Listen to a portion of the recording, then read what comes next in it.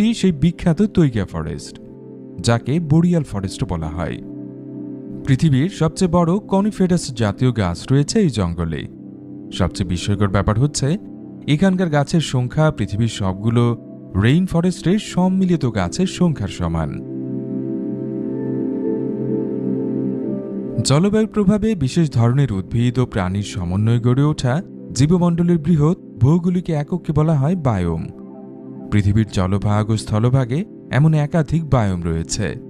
পৃথিবীর স্থলভাগের দ্বিতীয় বৃহত্তম বায়োম হল এই তৈগা বনাঞ্চল।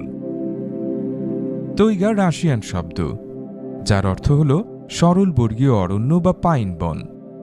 উত্তর গোলার্ধে তুন্দ্রা অঞ্চলের দক্ষিণ থেকে উত্তর আমেরিকা ও ইউরেশিয়ার সুবিস্তৃত অঞ্চল জুড়ে ছড়িয়ে আছে সরল বর্গীয় অরণ্য। মূলত 50 থেকে 70 ডিগ্রি উত্তর অক্ষাংশের মধ্যবর্তী অঞ্চলে অবস্থিত